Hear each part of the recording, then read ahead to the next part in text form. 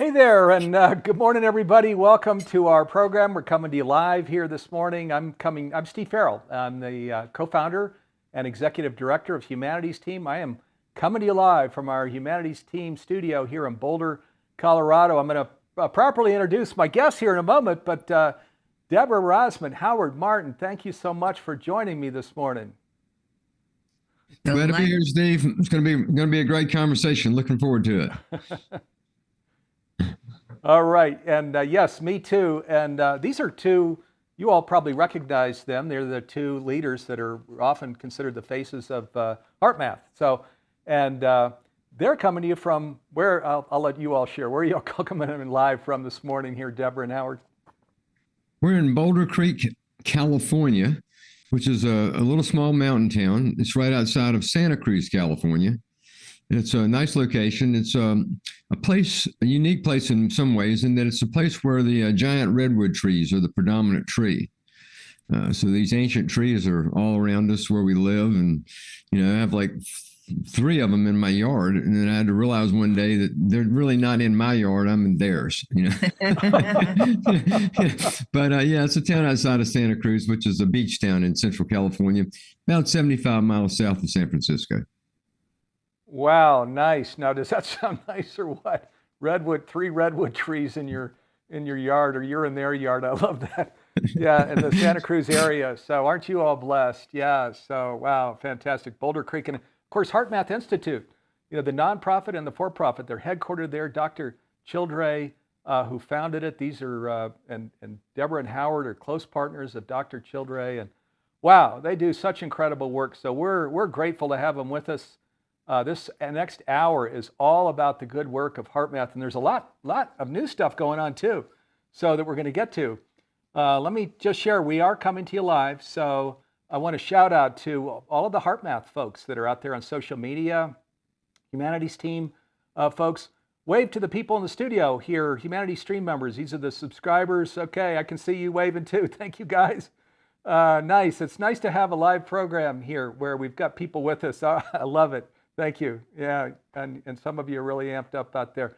We appreciate it. Makes it a lot more fun where it's live and we're not just here yakking at a camera. So thank you all for being with us. And we're going to invite you all to come into this program here shortly too. Also on social media, if you have comments or questions here for HeartMath, Deborah, Howard, just throw them in social media. We've got some members of our team that are out there on social media, and they'll be looking for them. I also want to shout out to John Raymer and the Sign Network. They broadcast out to social media sites all over the world. So thank you, John, and Sign Network. You can go to sign.network to learn about their progressive and important and healing work in the world. Okay, our theme here today is HeartMath and the wisdom of our hearts. So, and there's a lot of wisdom from our hearts, so which we're going to get to. It's a lot more than a pump, what some of us thought it was exclusively as we were going through our science classes there in high school, college, etc. Actually, as you know, in Humanities Team, we talk a lot about how the science that we were taught earlier in our life, it's all true. It is a pump, and we are physical bodies and all. It's all true. It's just that it's so limited what those understandings were. So we're going to really broaden our understanding of the heart at an individual level, social level, and at a collective or global level here. Okay, let me first introduce Deborah, then I'll introduce Howard. Deborah Rozman is a serial entrepreneur, psychologist, author, and educator involved with HeartMath since its inception.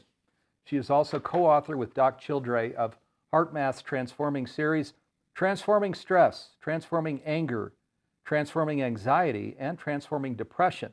Deborah is a key spokesperson on HeartMath, Heart Intelligence, Managing Stress in these changing times, and heart-based living. And so welcome again, Deborah. Okay. Thank you, Steve. Howard Martin is a dynamic speaker and author who has delivered hundreds of workshops, keynote addresses, and interviews with media leaders such as CNN News, the San Francisco Chronicle, the Boston Globe. He developed Nightingale Conant's audio series, The HeartMath Method, and has been instrumental in developing and teaching HeartMath's approach since its inception. Today, Howard and Deborah are joining me to discuss HeartMath and the wisdom of our hearts, where we will explore how adding more heart to your life can radically improve your health and well-being. So, and I'll add to that because the global coherence, global heart coherence is part of this. It's not just adding to our own health and well-being, it's the whole world around us, our communities, countries, the whole world around us, and we're going to get into that. So, wow, really fantastic to have you all here. Gosh, there's so many places we could start, but maybe with just for the basics, for people maybe that are new to HeartMath. So what is heart coherence and how do we increase it? And should I direct these to, should I say Deborah or Howard, or that might make it that would easier help. because I don't want you all to. Okay, so Deborah, if you want to maybe go first with that one, what is heart coherence and how do we increase it? Well, it's a huge topic, and heart coherence is probably, to me, the breakthrough research that brings together science and spirit that I've ever seen. What we found in our research at the HeartMath Institute, it was published in the American Journal of Cardiology and in many, many journals since, is that our heart rate changes every beat. It's not the average of 50 or 60 or 70 beats per minute. And if you can plot that beat to beat change in heart rate, you see your emotional state. That was a breakthrough. The first time we could really look at emotional state in the physical heart. And this was in what we call the heart rhythms. So when you're stressed, anxious, upset, just any stressful feeling, the heart rate rhythm becomes really jerky. The autonomic nervous system is what it's reflecting. And it's like driving your car with one foot on the brake and one foot on the accelerator. And that's called an incoherent, jagged rhythm. And when you're feeling love, care, appreciation, kindness, harmony, the heart rate rhythm changes to this beautiful sine wave, which in physics is called a coherent waveform. So we call it heart coherence, and we help people with heart biofeedback to learn and see where they are and shift into that state. But what we realized is that powering up by shifting your heart rhythm powers up your ability, your self-empowerment to change your mood, to change how you feel and perceive, because how the heart communicates to the brain. And when you're in heart coherence, the brain and heart synchronize. And that opens up bigger pictures, perceptions, which the world and each of us really needs. Because when you're in stress and incoherence, you go into fight, flight, fright, and the higher brain functions shut down. And we see a picture of all the stress and chaos and separation in the world. So coherence occurs at all levels of nature: quantum coherence, coherence within us, coherence between people, a coherent conversation. It's a cold word, but really you add the heart to it, and it's what connects us. So heart coherence, like I said, is a big topic, but the real power of it is getting coherent within ourselves. Yeah, no kidding, because when we talk about conscious living, it's an inside-out job, isn't it? We got to get there ourselves. Otherwise we're just walking around blabbing without feeling any of the benefit or reward. And we don't sound very powerful because we're just kind of blabbing. But where we come into heart coherence, we feel it and people can feel it around us, can't they? That's right. And there's research showing that when you're in heart rhythm coherence or whatever you're feeling, those vibes go out with each heartbeat through the heart's electromagnetic field. And you can see, not only feel it, but in the research, other people's brain waves pick up our heart rhythm pattern. We're all affecting each other. So when we put out love, care, radiate appreciation, kindness, the heart qualities that bring us into heart coherence, other people feel uplifted. When we're putting out stress, frustration, impatience, anxiety, it's not about bad or good. It's about what's happening physiologically and energetically. We pick that up on each other. So yes, we're affecting each other, and we're also affecting the planetary field, which we can talk about. Yeah. So Howard, let's go there. First, one of the things Deborah shared and that you all share, this whole connection between science and spirituality, which comes in here through your work, but also as Deborah was addressing it, we were starting with just the individual, the microcosm of just how we come into this. But you all shared, well, there's a social dimension and there's actually a global dimension. Can you bring those things in, Howard? Yeah, sure. Let me just say, yeah, we've done some work on merging, spirit with reality here in a sense through science. And the reason we did that is that we're about heart. We're about a heart-based system. We're about, heart intelligence and about heart-directed living. When we started HeartMath now over 30 some years ago, when Doc Childry, our founder, started HeartMath, Deborah and I were a part of that beginning, recognize that, if we wanted to introduce a system about heart, which is something people have a general understanding of, and in a group like this, a very seasoned group, you've been talking about heart and learning about heart and living from heart probably most of your whole life. But we felt that heart needed a different context now in modern times, that heart seen through the lens of spirituality or philosophy was good, but it needed a grounded component. So we needed to build a bridge between that innate understanding of heart and some of the philosophical and spiritual tenets associated with heart and daily living. And we chose science to be the bridge. And so that's why we're talking about things like heart coherence. I mean, heart's a big old thing, Coherence is a way we can quantify some of it. We basically are quantifying the physical heart's communication with the brain and the rest of the body through coherence. But it does go bigger than that and beyond that. Deborah mentioned something a minute ago I just want to come back to about the heart's energetic field.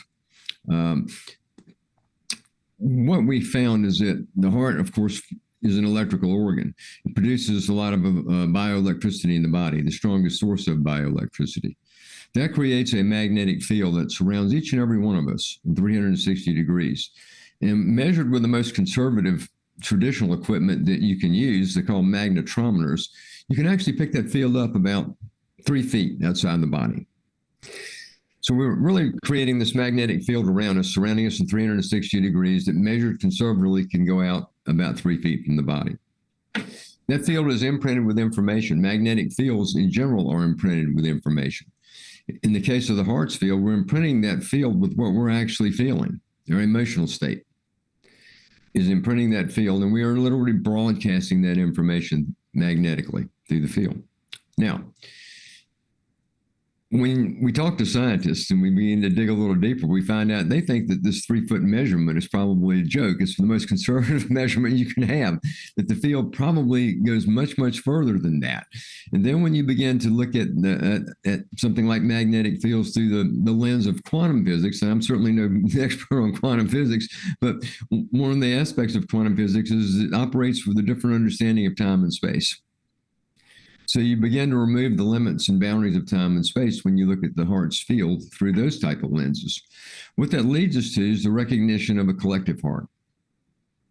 That each of us have our own fields, and we have a collective field, all of humanity. And of course, all living things on our planet have magnetic fields in one form or another. We got 8 billion of us on the planet right now, and there's a collective field of that, a collective heart field. To me, it is through that field, individually and collectively, that we access that higher dimensional state of intelligence, consciousness, and wisdom. That's where we pull it in from. I can't prove this with a scientific study, but my belief is, through my own experience and through observation of others, is that when we access information beyond our normal linear intelligence, it actually enters us through the heart. It's transmitted at super high speed to the brain, where it's then interpreted. The brain gets the credit for it. But to me, the entry point is through that field. That's where we connect to that larger self, to spirit. That's where we connect to that universal heart. It's through that field. So a lot of the research we do today is not on heart-brain-body communication and coherence. It's really on understanding the energetic connectivity between all living systems, and expanding upon how do we access more of this consciousness we need right now to meet the challenges of daily living. When we are living from a place where we're operating more from the qualities of the heart, and we're more compassionate, when we're more appreciative, when we're more loving, more kind, when we're manifesting more of our nobility and our dignity, guess what? That's when the field accesses more of that consciousness and that wisdom that we want. When we're separate, when we're angry, when we're frustrated, when we're in those states, we don't get as much. So it becomes a matter of operating more from the qualities of the heart, accessing this field of information beyond the boundaries of time and space, and then bringing that back into how we live our lives.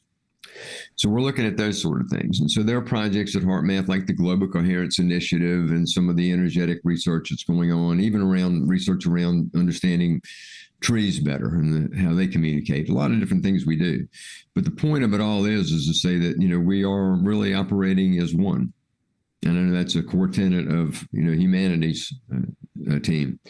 We're operating as one. We're not as separate as we think. We're all energetically connected through this vast web of energetic connections that links all living systems on Earth and beyond. And so heart plays a role in all of that. And we're just trying to bring it to the street, so to speak, in practical ways and have people begin to live more from that place within themselves. Yeah, amen. So, boy, you covered a lot there. But to this notion of oneness, of course, boy, it goes all the way back to Plato and Hippocrates, right? There was like 435 BCE, 2,500 years ago, where they were bringing this in, that there's actually one consciousness only. And then you had Albert Einstein, who, my God, he, those last years of more than a decade of his life working on this unified field theory, couldn't quite get all of the math there. But that math seems to be surfacing now. And Erwin Schrödinger, a Nobel Prize for Physics, David Bohm, there's so many scientists we could bring in here that Nassim Haramein now with his International Space Federation, they're south of, actually he just moved over to Switzerland or France, I guess, near Switzerland. But yeah, the science is really all affirming, like you say, quantum physics in particular. There's this one big superorganism, one big body. We're calling that body the divine because it's a spiritual body actually. But my atheist aunt can call it nature or cosmos or universe, and that works fine too. Still a body. It's an energetic body, which means we have to really set our vibration, there in that energetic body, and that's now coming back to your work, isn't it, Deborah? Where we talk about setting a vibrational setting, as part of this, where everything is energy, and we're affecting our own energy and then the energy of the world around us as we're creating well-being. Yes, absolutely. In the latest book we wrote, Heart Intelligence, Connecting with the Intuitive Guidance of the Heart, what is this intelligence system that the heart is regulating, and tools and techniques throughout the book and about all that. But one of the chapters, which is all about vibration and frequency and how we feel and our moods are vibrations. So it's all frequencies. But how does we take that from the scientific or the conceptual to the real and the practical spirituality? That's what this is really about. How do we take it to the street? And becoming conscious of our tone, our vibration, and our thoughts and feelings, and then having simple tools to shift from that, to bring it back to the heart. The heart is the central regulator. So to shift mood, shift vibration, even to achieve behavior changes we want, we bring the heart involved, the heart intelligence, which gives us the wisdom and the power to act on what we are intuiting or feeling or perceiving, and to shift our pitch, as we call it at HeartMath, to raise our vibration. Because we can go through many pitch shifts throughout a day. High vibes for a minute, we're inspired. Low vibes, we read an email and we reacted.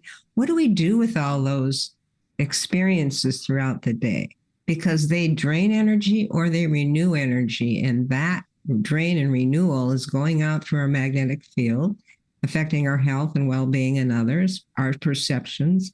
But it also keeps us at a ceiling of consciousness until we learn how to create more of that internal coherence and use our self-empowerment during the day, heart empowerment, to bring those reactions, which we're all going to have, back to the heart to shift into a higher vibration. So it's not just a conceptual or scientific thing, it's real going on as we become more aware, wake up more to see what is going on and have the tools to take charge of it. So vibration is so important. And you hear the kids talking, oh, he's got bad vibes or good vibes. It is in the air as people wake up to make what is the research human and more practical. And more people are waking up, Steve. They're waking up to the potential of the heart. If you look at the stressful situations in the world and the personal anxieties and depressions and what people are going through, it can be like, there's got to be something else. And when people really want to get some inner answers, some intuitive guidance, they take that walk in the park or walk on the beach or in the woods that go deeper. They try to go to their heart for answers, or in the shower. It does come through that field. And then having the ability, the coherence to step into it. And more people are waking up that we need the heart, that we need more compassion and care to solve our global problems. It's not just a sweet thing. That's what activates our higher intelligence, our heart intelligence, our wisdom, as Howard was talking about, accesses other dimensions that can guide us individually, collectively. We do a lot of research on teams, activating the heart of teams for more creativity and cooperation, and globally for the global energetic field, because until humanity, people, and us individually learn to get along with each other, not much is going to change. Even if we conceptually know we're all one, putting that into practice, getting along and listening from the heart, speaking authentically from the heart, just practical things that bring that to the street. Yes, there are. Gosh, and for me, and I don't know that there was any sort of operating manual here, as I've just journeyed through this, but for me, kind of what happened, I would say, is I went from just kind of the growing up, good day, bad day, where it just kind of roller coaster life, oh, today isn't very good and tomorrow feels pretty good, and just kind of here, there, and wasn't so intentional. Didn't bring in the metaphysical, no daily practice, and it was just kind of roller coastery. And then through daily practice and all of the education, and then following education, you want to embody what what's the point in learning something that you don't embody and express. So through that process, then it sort of like created this raft that sort of floats up above all of that daily roller coaster thing. We still have all the challenges; those don't go away, but just how we feel those challenges, see those challenges, deal with those challenges, it's just a completely different thing. We're just I'm in a just much better state, throughout my day, and again, education and daily practice kind of, and then I love listening to spiritual music throughout the day and stuff, and there's nature out my window, and there's so many things we can tune into here, aren't there, that support this heart coherence and global heart coherence. I guess I'll bring back to you, Howard, as I muse on. Well, let me say this. Talking about the science part of the work, the collective work that we're all doing in understanding that and feels and dimensions of consciousness and those type of subjects are really, really fun, and they're interesting, and they can be important in a way because they do expand possibility. In a sense, we begin to think larger than our ordinary selves. But what's it all really about and for? What would be the most useful thing we could do with any of that? And Deborah alluded to it. I'm going to put a period on the end of that sentence and say that it's learning to get along. The most important thing we can do right now is learning to get along better. And that's pretty simple, but it's not easy to pull it off. The reason is that we have, each and every one of us, based on our life experience, we have preferences, we have biases, we have decided what is right and what is wrong and what is good and what is bad. We've got a lot of that built into our own sort of consciousness. And if you look at that collectively over the 8 billion, you've got a lot of what we call separation going on. And that's why we see the polarization that we have today. There's a separate belief systems and people competing with belief systems. All of that is the bigger problem and bigger issue. When we're operating more from our core, from who we truly are, from our heart, we have a greater ability to connect with others. We begin to in a certain way, naturally feel less judgment, for example. We're more allowing, more open, we're more have a sense of that connection and that oneness. And engendering that and getting more of that done in society, to me, is the bigger job. I mean, I of course talk about the science and all those different aspects and facets of HeartMath, but what I'm really about in this part of my life and my externalized work is talking about getting along better, because I believe that's the major planetary block right now. If you look at what's happening today as we're recording this or live with this, we have this war happening in Israel, in Gaza. And we've got one going on in the Ukraine at the same time. And then there are aspects of society, sort of reacting to the separation in a sense. It's like there's a lot of stored energy, a lot of stored density. It's coming up, it's coming out, it's blowing out in these dynamic ways, and it's influencing us through what we see and what we're watching as it unfolds. Underneath it all, I think it's a lack of that care and compassion that each and every one of us contributes to, that lack. It has a root cause to many of the problems that we see like that today. So we need to have more of that compassion for one another. We need to learn to get along better. As like I said, that's an easy principle, easy concept until they do that, or they don't do this, or you see some person on the news, you don't resonate with their belief system, and the judgments kick in really quick. And all of that becomes the playing ground, so to speak. That's where we play the game. So how much of that can we suspend? How much of that can we at least get to neutral about?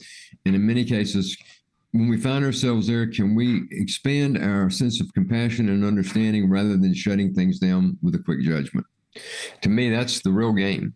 And then you back that up with science, and you bring in the scientific understandings. You talk about consciousness. You talk about these things that are important because they're expansive. But then how does it ground out? For me, it's how I treat others moment to moment, day to day. And what I'm going to do after this call, how am I going to treat my colleagues? How am I going to treat people that I'm involved in meetings with? What am I going to do? Am I going to be a kind, as loving a person as I feel I need to be, or something else? And that's the big question I think that we all need to ask, and that humanity needs to ask itself.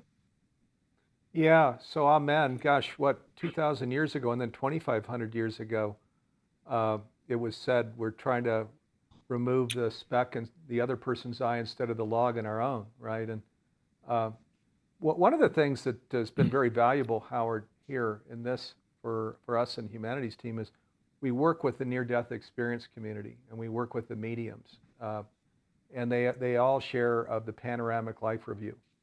In fact, we're working right now with Danyon Brinkley, 4 NDEs, not just 1 or 2 or 3, 4, and he shared he had to go through the full panoramic life review 4 times. Not didn't pick up with the last one.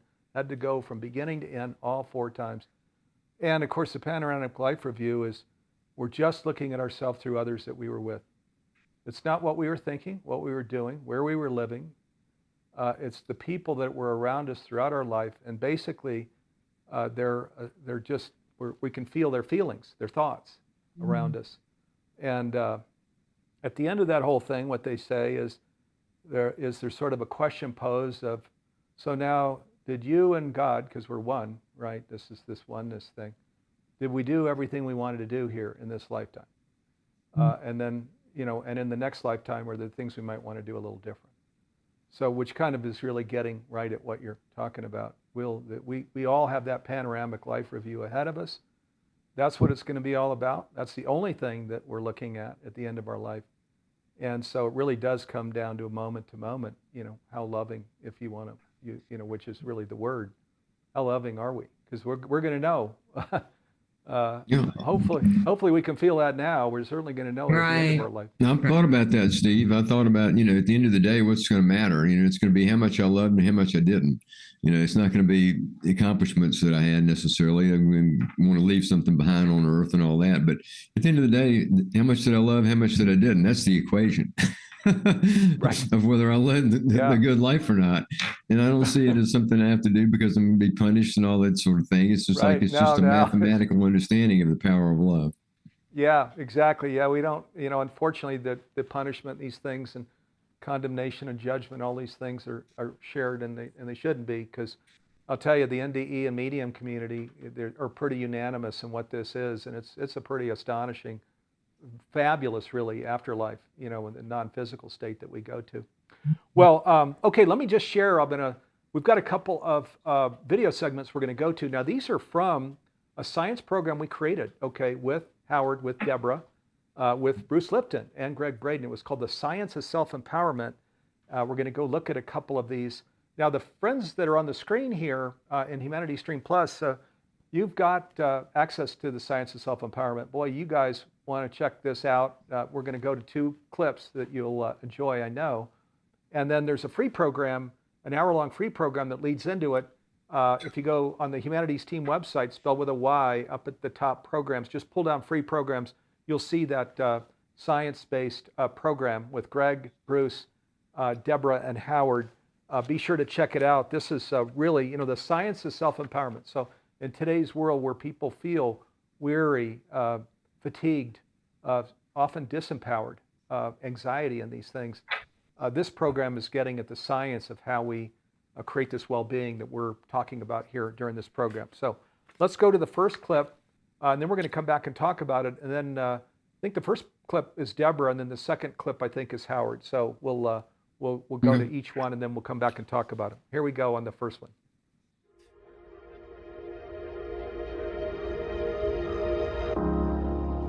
I had been working on my doctoral thesis on meditating with children in several classrooms, public school classrooms of children. And I would ask them to point to where they lived. Where was their center of being? Who were they? Where was that in their body? And almost all of them pointed to their heart. A couple kids pointed to the head, one to the solar plexus, but everyone pointed right to the core of their center of their chest, the core of the heart.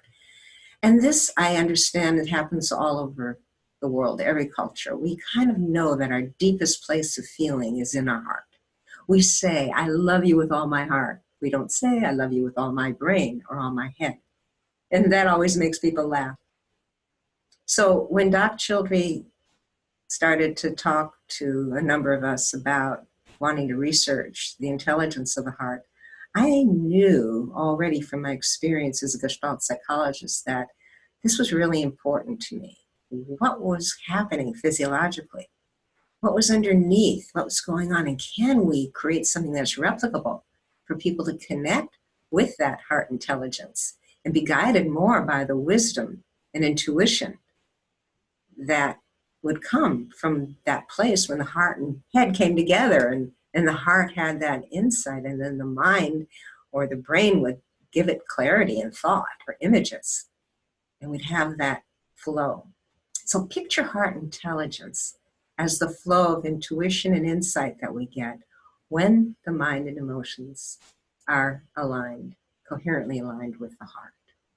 And wouldn't we all love to experience more of those intuitive flow states that we can have?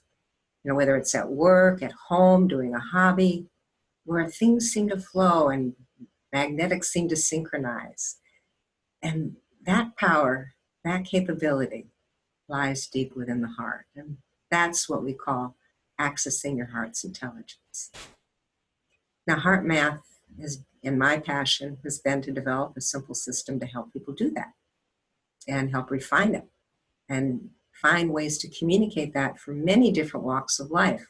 Teachers, children ages 4 and up, because they really are connected with their heart. They just have a lot of emotion that goes this way and that way. They're not very emotionally managed yet. Nobody taught them. And as we grow older, we tend to suppress emotions or vent them. We don't really learn how to utilize them, how to regulate them, how to manage them to our best interests so they're serving us instead of whipping us around. And Dan Goleman brought out a book many years ago called Emotional Intelligence. But we found in our research lab that that's really inspired by the heart, that the heart and the way it communicates to the brain and body is really an integrating intelligence of the best of our intellect, our spatial intelligence. All the intelligences the heart synthesizes into a wisdom and intuition.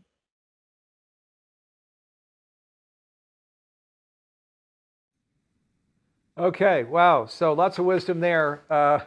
I'm thinking actually this might be good to bring Abby on here in a moment, who's a key leader in humanities team. You've got a new device out now that's real wow that gets into this. But before we get to that, let me read a comment real quick that's come in from our green room here, the streaming community, and then Deborah and Howard, just see if there's anything you wanted to highlight there before we bring on Abby. So here's the comment. Sean says, I love the universal heart and collective consciousness. I love the science that HeartMath blends with spirituality. We are one with the divine matrix. Thanks to Howard for that amazing, concise, and motivating intro. Wow. Okay, Sean, so thank you for that. Anything, Deborah and Howard, that you want to share real quick before we bring on Abby to talk about, exactly how you've created devices that support with that clip that we just looked at? I would just say that the device that Abby's been using the last week or so, it's just come out with a new app that guides you to really measure, see what's going on. It takes the inner and gets it so that you can see. These things take time to practice, but if you can turn the conceptual, the inspiration into, wow, real time interaction with your own heart and see it, and then improve from there, it's incredibly accelerating of your own consciousness development, of your own ability to access your heart's intelligence and wisdom and empowerment. Wow, So that's pretty exciting. Person for the comment for that. Appreciate it very much. And I think we should go to Abby. Before we do, just brief explanation. First of all, I never met Abby till this morning. She has a beautiful smile, wonderful lady. She brightens up the room as soon as she comes in here. You mentioned devices, Steve. We've had technology for many years now that measures heart rhythms and gives you back a coherence score and trains people how to become more naturally heart coherent. And they involve sensors, that you attach to your ear. You get a sensor from us, you attach it to your earlobe. It picks up the heart rhythms from the earlobe, the technology, and then converts it in. And it's really cool for measurement. Where we've gone now with this is we've expanded it. And what we've come out with is not only a new sensor that actually does that better, but we've come out with a new app. It's simply called the HeartMath app. We're not that great with names. It's called the HeartMath app. And this app is designed to be HeartMath in your hand, right in your mobile device. It is loaded with content, everything from full-length audiobooks to full-length video programs down to simple tools, tips, techniques, short content, lots of stuff. And it's going to evolve and evolve and evolve into offering both social and global coherence capacities. So that's a big turn on the spiral for us right now. So we have something that there's a lot of stuff out there, and it's really good. There's many, many good things out there. What I think is a little, in a way, unique about this one is it provides both measurement and deep learning.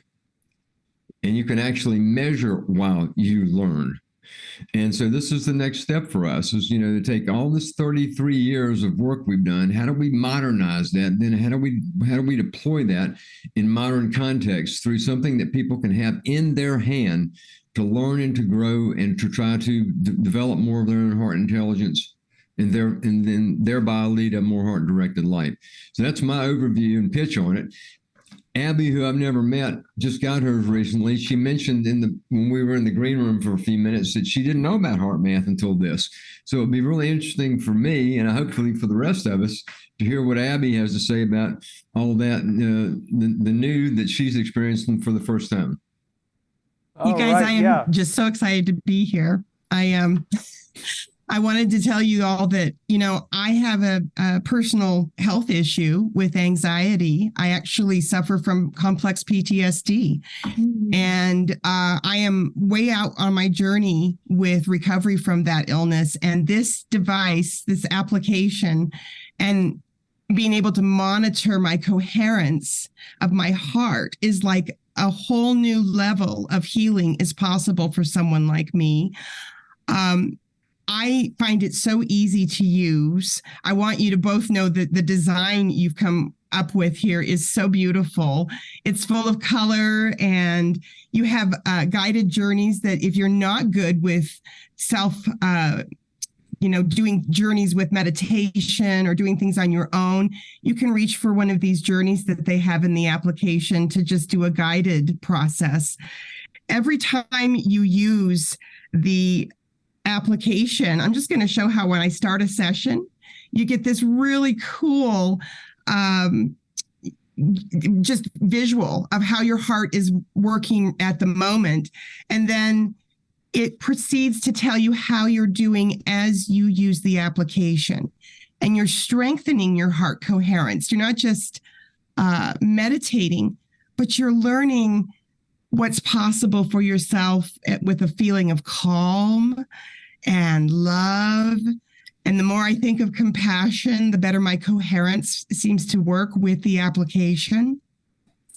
I have a lot of hope for myself in using this because one of the things when you're triggered with anxiety is that you feel adrenalized and full of shakiness in your body. And reaching for something like this, it's a great tool to not just build up your coherence, but to actually, as Steve said earlier, get in that raft and kind of float above what you're feeling in your body. And it literally calms your body down. It's just beautiful. I don't have this connected up right now with my Bluetooth, but it's so easy to use by putting it on your earlobe here, connecting it with the little button on the front to your Bluetooth on your phone. And that just brings up the application to then start working through a coherence session.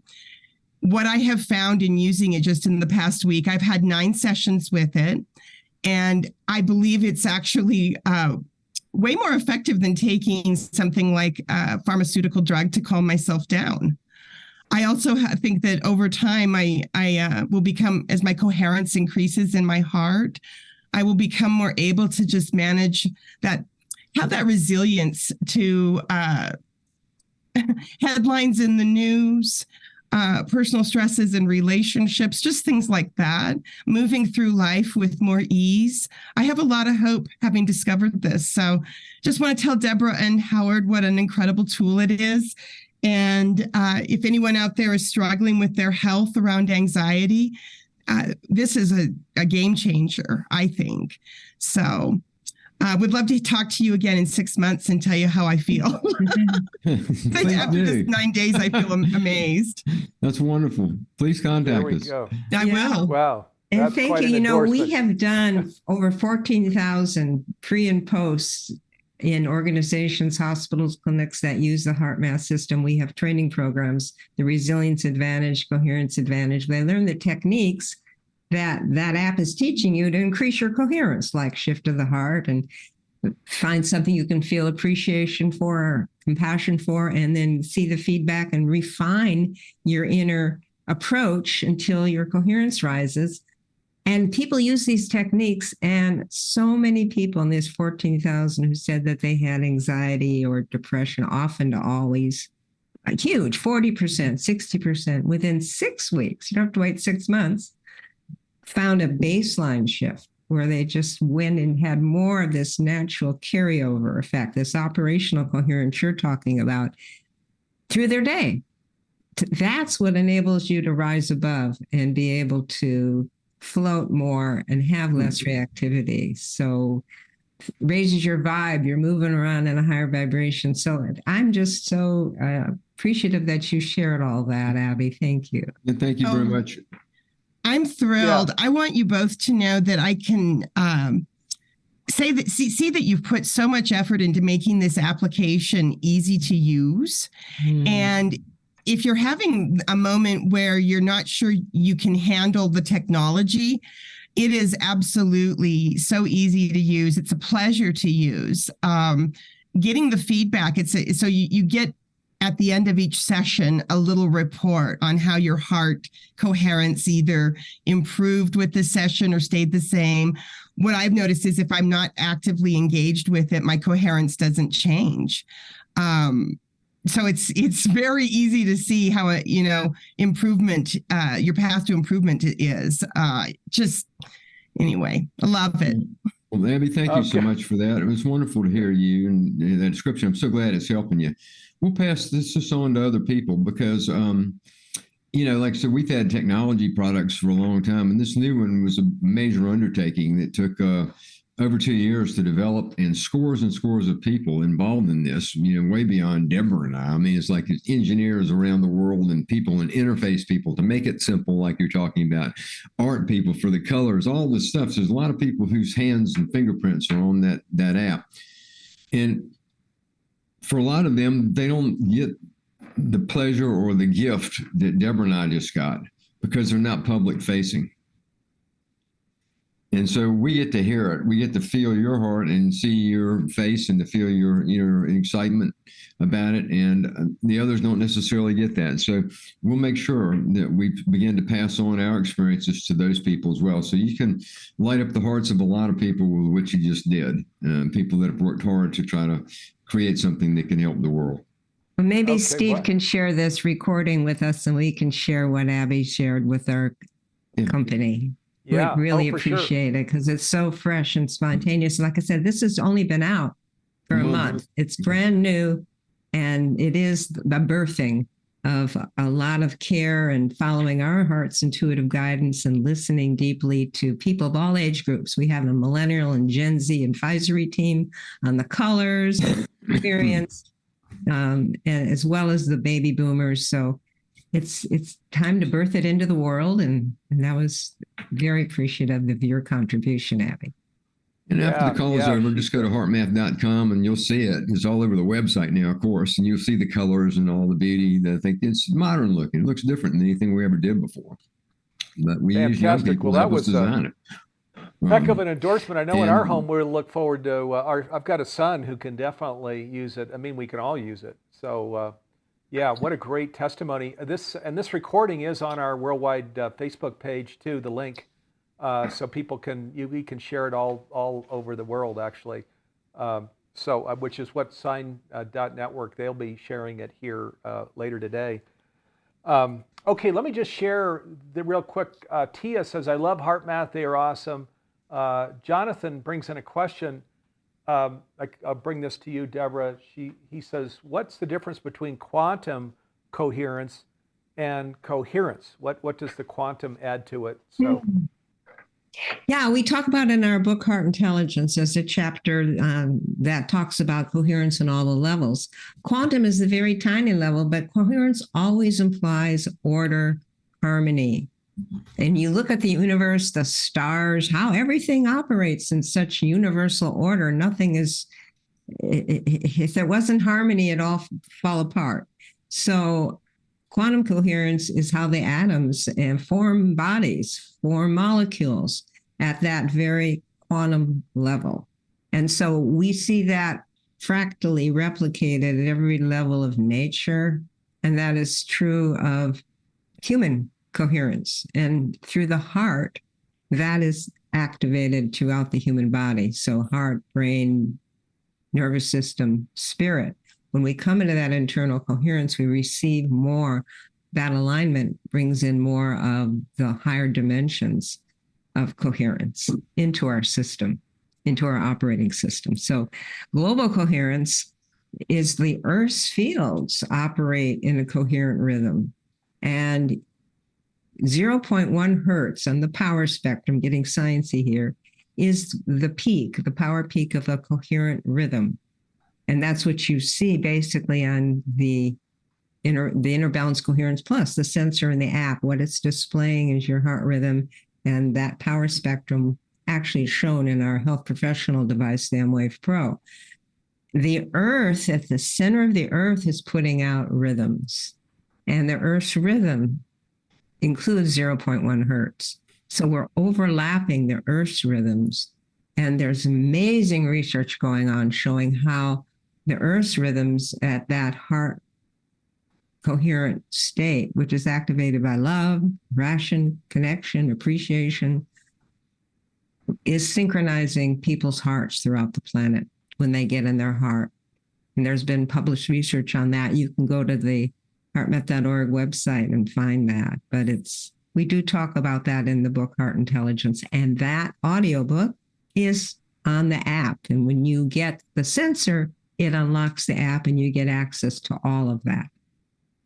Yeah, fantastic. Wow. So, and again, the Science of Self-Empowerment. So it's in the Humanities Stream Plus library. Howard, Deborah, Bruce Lipton, Greg Braden. There are 24 video training modules. There's live mentoring that they all do in the Science of Self-Empowerment. So be sure to check that out, viewers. Okay, just a couple of quick questions. And we're actually down to just about 9 minutes. I told you this hour is going to go fast. So many things we could get to here.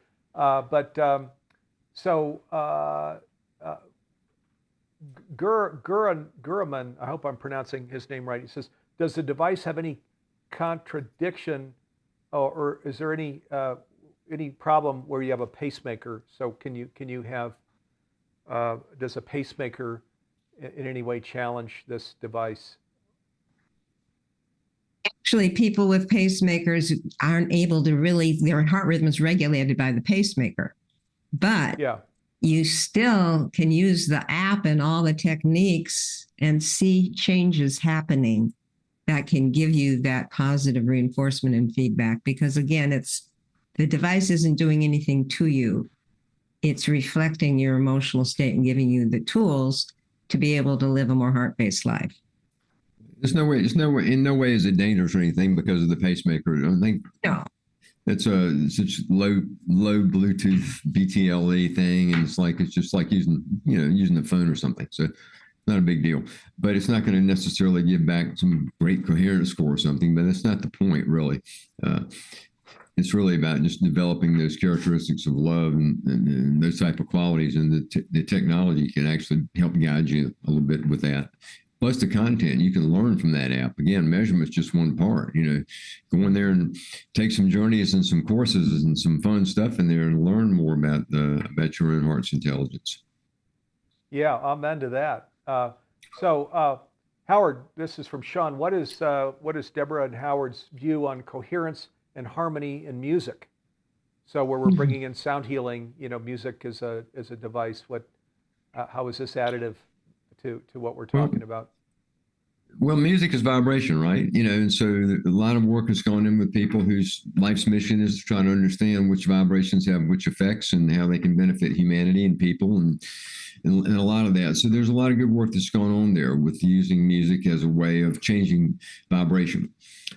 So I think it's an important aid. I think it's an important contributor to that. I have a background in music. That's what I did long before HeartMath, as I was a pro player, actually. It's what I did until I was in my early 30s. And so I have some understanding of that. Early in HeartMath, we developed our own music. This was like many, many years ago, and it was Doc Schulte's music, and we were focusing on its effect, not its cause, looking at the vibrational effects of music to help people. And so I think there's a lot to be gained there by using sound and sound vibration to help people access more of their heart. And at the same time, I would say that what I've also learned is, while I respect all of these external approaches, whether it's that or something else, is that they're helpful. But what it comes down to is moment to moment, day to day, with or without that, how loving are we and how loving are we not? And so it comes down to that's where the rubber meets the road. I can certainly use music and have for many years and in many cases in my own personal meditations, but what's going to happen on the next phone call is where all that sort of shows up or not, right? So. Yeah, absolutely. Rubber hits the road. Yeah, I'm into that, Howard. Deborah, bringing you this question. This is from Gurnam. Again, he says, what is the first most effective thing to do when life gives you an emotional or scary shock? The emotional, oh God, feeling. What do you do next?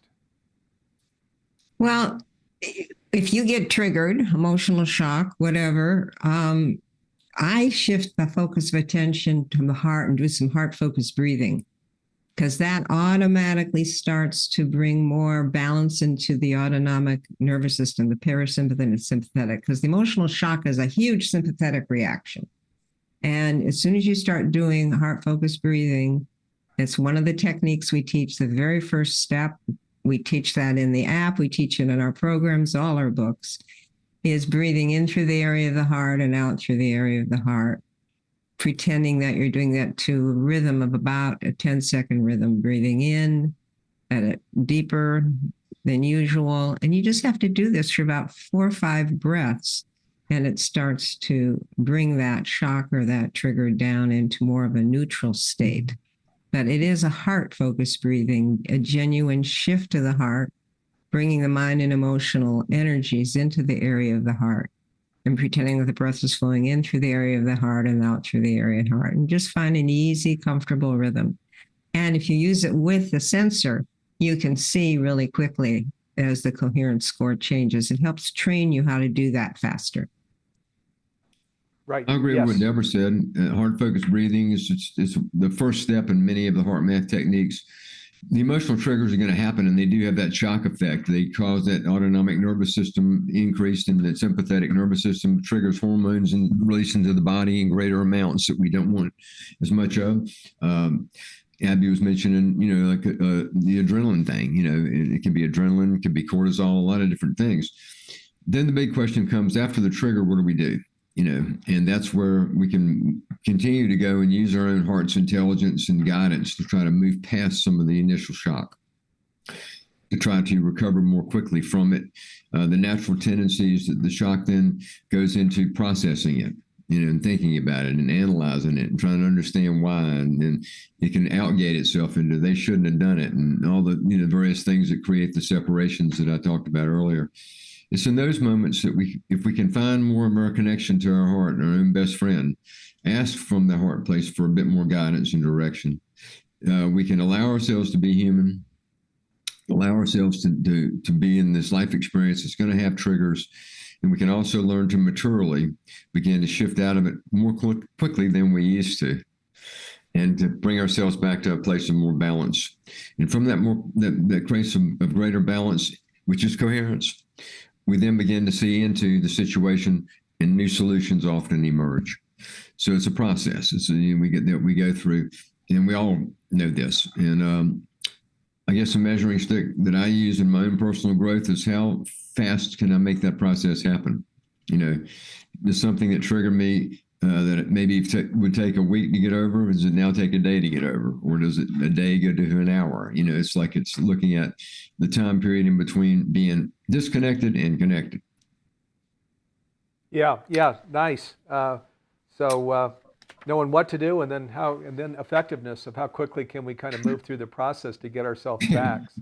So nice. Now, okay, we only have a couple minutes actually, so we can do one or two things. We can just kind of wrap up here, or we can play Howard's video. It's about 3 minutes. We're going to go a few minutes over if we do that.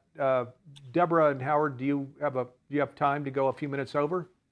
Yeah, I don't think it's necessary to play the video. I'm not wild about the idea of looking at myself on Zoom from several years ago. Wait a minute, is that a trigger? Anyway, I think just staying connected in the heart with everybody live would be probably fine. I think part of what Steve is alluding to is we did a course not that long ago, but with Deborah, myself, Bruce Lipton, and Greg Braden, it's a pretty cool course in many ways, and I think Steve is alluding to that as an available resource for the people that are part of the Humanity Stream. And you also mentioned when we were getting ready for the call that we may try to do a webinar coming up to where we bring the four of us back together. We reunite the band, bring us back together. Right. And we talk about these things again and about the course and about what we hope people gain from it. So I'd rather stay right now with these folks than to watch myself on Zoom. That's my vote. Good. Yeah. I hear you. And again, I would just like to say these are new times. There's a new turn on the spiral. So everything in that course is relevant because these are basic tools. Like, what do you do after you do heart-focused breathing? Like Howard was saying, how do you in that moment activate or shift attitude or shift a reaction to a heart quality, even if it's self-compassion or compassionate latitude for another person? Both of those heart frequencies, heart vibrations, are so important nowadays for ourselves and each other. And it really goes out into the planetary field. We need to create this live movement, this compassion, this care movement, not only for ourselves and our families and each other, but for the planetary field. Because every time we make those shifts, it vibrates out into the field and creates more of that interconnected heart lift. And to me, that's more the message I'd like to leave with everybody. And self-empowered wisdom actually gives you tools for that self-empowerment to be able to do that. And if we do another webinar, it's like bringing it current to these times and the challenges we all have today, post-pandemic, and looking at the world and how can we come together, because that's really what it's about, to co-create this new world. Yes, it is. That we'll leave it there. So, and you all heard it here. For the first time we've announced it. We actually were just talking about it. We're going to bring the band back together. So, Howard, Deborah, Bruce Lipton, Greg Braden. So we're going to record a new program that goes with that Science of Self-Empowerment program. I know you all will enjoy it. And we're leaving also in a nice place here where this global heart coherence, our initiative in humanities team called Changing Humanity's Future, which is we're in global heart coherence where we reach this destiny that is our initiative called Changing Humanity's Future, is about where we're embodying and expressing this oneness. We're living into loving presence. We're moving beyond transactional, beyond even relational, to what we could call divine presence, where we're just really in that deeply connected state, that beautiful state, that global heart coherence state, that heart coherence state. So they all actually come together, these initiatives that HeartMath is working on and that Humanities team is working on with so many partners and colleagues all over the world. So, and of course, we're well along on that journey. As you know, Neil's last Conversations with God book called Awakening the Species, it said that the hardest part of the journey is behind us. So, all right, that's a nice place to leave it. We've accomplished a lot. We still have a long way to go, but we're well along in the journey. And of course, we're here not to just yak, and it's wonderful yakking back and forth, but we're here. This is engagement. It's all about you, the viewer, where we all stretch into it, lean into it, live it more deeply. Howard keeps coming back to, that loving presence thing, that next phone call, that next meeting, that next interaction. What are we being in that? So that really is where the rubber hits the road here. Okay, thank you so much, Deborah, Howard, HeartMath Institute, Doc Childre, thank you. And viewers, thank you so much for being here with us. We greatly appreciate it. Wow, what an hour it's been. We'll be back with you live next week for our live program, 9 a.m. Pacific. Be sure to be with us. And in the interim, love and peace and blessings to you all. Have a great week, everybody. Thank you all. Take care. Bye-bye now. Bye-bye. See you, everybody.